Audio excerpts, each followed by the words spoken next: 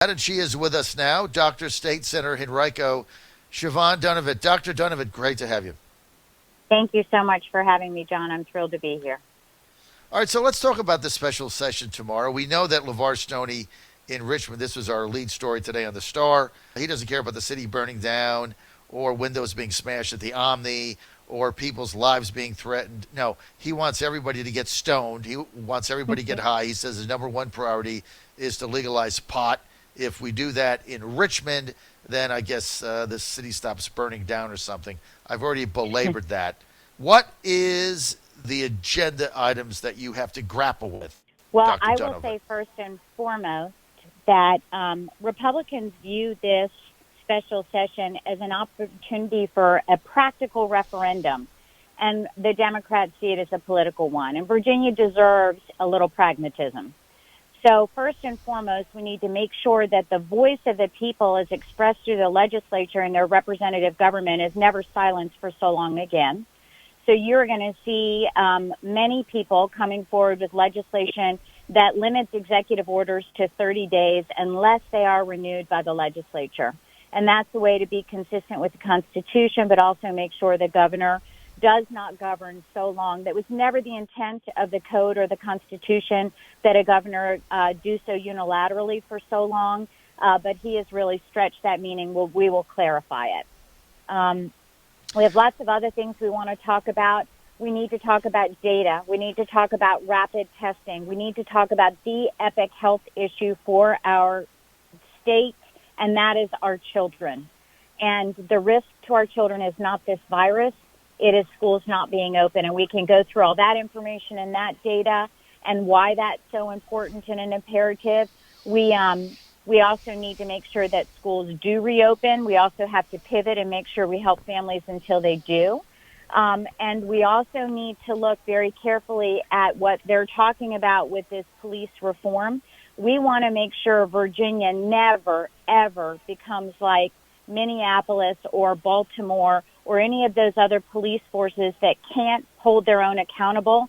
And the reason they can't is because of collective bargaining. And the greatest threat to police accountability in the state of Virginia is the legislation that the Democrats passed last year, and that's collective bargaining. Let me go to the schools issue. When you say you have data, Siobhan Dunnavant, that you want to present, first of all, it's not up to the General Assembly. That's number one. It's up to the various school boards. But do the Democrats care about the science or data? I mean, aren't they primarily closing schools so they can hurt Trump? I mean, isn't that the whole national agenda? Don't send people to school so parents can't go back to work, so people are depressed, so nothing is normal, so they get rid of the incumbent. So if that's the case, like I think it is, why would the science and data matter to them? Well, I think it's time to have a public discussion of that, right? I never know what somebody else's motivation or intent is, but I know this. I cannot fathom why we are where we are because the science and the data is so extraordinarily clear, excuse me, that schools need to be open. If we look at this, 40% of our children are on free and reduced lunch. 1/3 of them are on Medicaid. 200,000 do not have broadband in their home, and 173,000 have no computer terminal in their home. Virtual education's an important option. It's a really, really important part of this solution, but not in the absence of an open school option. And so we need to be very clear. There is no better subject matter expert than the academy I assume at some point in time our governor belonged to, and that's the Academy of American Academy of Pediatricians. And they have said, let nothing be an obstacle in your way, open schools. I don't think there's any question that closing schools, the way they're doing this, kids can't get an education. Plus, we've already been over all the trauma they go through and how the fact that there's no in-room classes are hurting kids both intellectually, educationally, emotionally. But again, the teachers' unions don't care.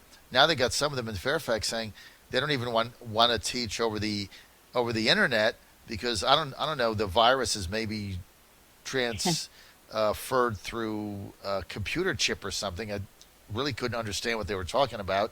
I guess they just want to get paid to stay home. But let's get to the governor's executive power here, this emergency power. You said when you came on the show, Dr. Dunnavant, that these powers that these governors have usurped across the country were not meant to be perpetuitous, right? They were meant to be a week, 2 weeks, 3 weeks, a hurricane or tornado, a flood, a natural disaster. Did you really think that they were meant to just go on forever? No, and in fact, I will say that Virginia has some of the least defined language on that. And if you look at the language, there's both constitutional language about how a special session can be called, and then there's codified language about how what the powers of the governor and other people are during an emergency order. But clearly, it says in that order language, and I'm not quoting directly along the lines of when the General Assembly cannot be called back in. It doesn't say at your convenience. It doesn't say when you have a better idea of revenues. It basically is, if you can't get the legislature there, you must govern until you can. And that's why I believe the intent of our code, our law, and the Constitution have been violated by this governor. So what are you going to do? Are you going to ask for a vote? I mean, shouldn't the General Assembly vote like what they did in Wisconsin? Wisconsin had a special session, and they voted on whether or not the governor there could continue these emergency powers. They voted it down, and that was the end of it. It was over. All of his orders went away immediately. Are you going to call for a vote and hold Democrats accountable to allowing this governor Northam to have a perpetuitous dictatorial power? Are you going to put a time limit on it? Or are you going to make them come on the record, Dr. Dunnavant? Yeah, 100%. Yeah. We have several pieces of legislation with varying dates. I support the one that says he doesn't have powers without a legislative action within 30 days. 30 days is more than enough to manage a crisis and get us back. We can even reconvene. Look at us at the Science Museum. We can reconvene through almost any crisis. And that's the intent of our founders. And so, yes, there will be several votes. And I'm going to tell you right now, this has bipartisan support. And historically in the legislature understood, regardless of party, that there's a balance of power that is integral to voices being heard. And even a Democrat or a Republican majority, when you have all three, seats of power, would have supported this because they understand the importance of that differing opinion. But I will tell you right now, the place everybody needs to focus is the House, because this will pass in the Senate. And we'll need to lobby them to make it pass or hold them accountable. You have at least two Democrats, you feel, in the Senate, Dr. Dunnavant, Siobhan Dunnavant with a state senator, Henrico, Republican. You're saying that you've got at least two Democrats in the Senate that are going to end this governor's executive power. I think you're exactly right when you say feel. I haven't whipped any votes, but I will tell you that the Senate, more often than not, understands the importance of balance of power. So I can't promise you that. I haven't called in whipped votes, but I have listened to conversations across time, and I am pretty sure this is going to pass the Senate. I want to talk for 1 second about schools, again, because I think you made a really good point. One of the things we've heard from parents across the state that is getting no traction with the Democrats is that their kids aren't learning. They're behind. And now we have just changed accreditation for the schools, which look at some of our accountability measures. I'll be carrying a legislation to make sure that we have a student-specific assessment to look at that student's progress. This isn't about schools. This is about students, and make sure that we have growth measures. We need to know where they are so we can measure and figure out how to get them back to grade level. And so I'm going to ask the Department of Education to develop that student-specific growth assessment, because that's what we all want. We want to know our kids are learning. We want to know where their deficits are, and we want to make sure that we fix the problem that's been caused by the education weaknesses we've had for the last, it's going to be a good year. I think it's going to be close to a calendar year. It's unbelievable. I mean, you look at many of these schools closed second day, third day of March, and they're not going to reopen until the third week in January. That's a year of no school. And forget the whole online thing and the Zoom meetings. I mean, if you're in the fifth grade or the third grade, I mean, come on. right? You're just not learning. Everybody knows that, even if you're in high school. So, and all the studies are out there. At any given time, 50% of the kids are not even logged in, and those that are logged in are doing something else. They're just logged in. So the whole thing is ridiculous. We got to get to the bottom of this, but you got kids not going to school for an entire year. I mean, it's unfathomable to me. These kids are going to fall so far behind, and I don't know what we're going to do. I'd like to see us let our high school students also, I looked at high school and dual enrollment, and, we have something called passport credits in Virginia, which if you take them at the community college are guaranteed to count towards your 4-year degree. I will be carrying legislation so that high school kids can get that college-level credit. Let's at least have a few positives out of this. Let's help them get closer to their ultimate goals and make a better investment than just taking high school classes and virtually, which isn't going to do them anything. John Fredericks Radio Network, trucking the truth across Virginia, across America. We are with State Senator, Republican from Virginia, Siobhan Dunnavant. She represents Dr. Siobhan Dunnavant. So I'm sorry. She represents Henrico. Dr. Dunnavant, let's get back to education. Is the fact that these schools are closing and there's no in-room classes going on, is this going to force a realignment in public education? Parents going to homeschooling pods, parents going to Catholic school. I just talked to a friend of mine, tried to get his 3 kids into a Catholic school. He said he was shocked that he was on a waiting list, that they were trying to figure out how to expand, that there's now a number of people trying to go to private schools, homeschooling. Is this going to cause a public education shakeout or reevaluation? Something's going to change because I tell you, teachers are leaving the public schools to teach in the pods and in private schools, especially teachers that want to teach. This situation has undermined so many people's confidence in our educational system. And I have to say, the teachers I consider them innocents in this. I know we talk about teachers' unions, but in Henrico, 91.7% of our teachers wanted to go back to school. They said, you open, I will be there. I will answer the call. But that was not the data point that was measured. The data point was measured was how confident people were that the schools would be ready. Well, who cares? Use that as a benchmark of what you need to do, but you make them confident, but don't close schools because of that. So I think that the schools are asking for money for substitute teachers, and I'm going to tell you, we are short over 1,000 teachers in public education in Virginia. There's going to be a significant bounce. I don't know how it's going to look. I don't know what's going to happen, but something's going to be different because we aren't going to have the same number of kids or the same number of teachers. Unbelievable.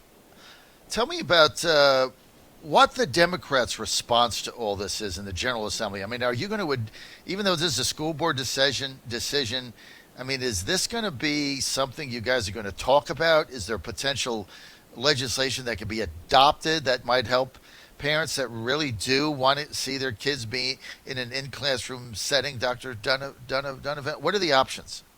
I think there's lots of things that we can do. The first thing is data. We need to be reporting data in a way that creates a sense of collective understanding instead of panic. And so if we look at what we're doing with the Department of Health data, and I've asked them to do this and we haven't gotten there, all new cases need to be reported out based on where they come from. We need to have demographic variables about the cases now. So we know that there's an age-related risk. If all of our new cases are 25 and under, that means a whole lot. That's a very different thing than if all of our new cases are 80 and over. It also matters whether or not the cases are coming from the community or from collective living centers like nursing homes, jails, and group homes. It's a totally different situation. How many of these new cases are related to outbreaks? That's all relevant because the risk is not in the outbreak or in the nursing home. The risk is in the community. So we need to hold the state accountable for how they report data, and we need them to be public and transparent about what benchmarks matter. If you look at Virginia Beach, when they looked at what their metrics were for going back to school and opening it, Henrico right now meets all those metrics. So that's the kind of accountability if the governor in the state doesn't have to say what is okay, then they can always just make up what they want it to be.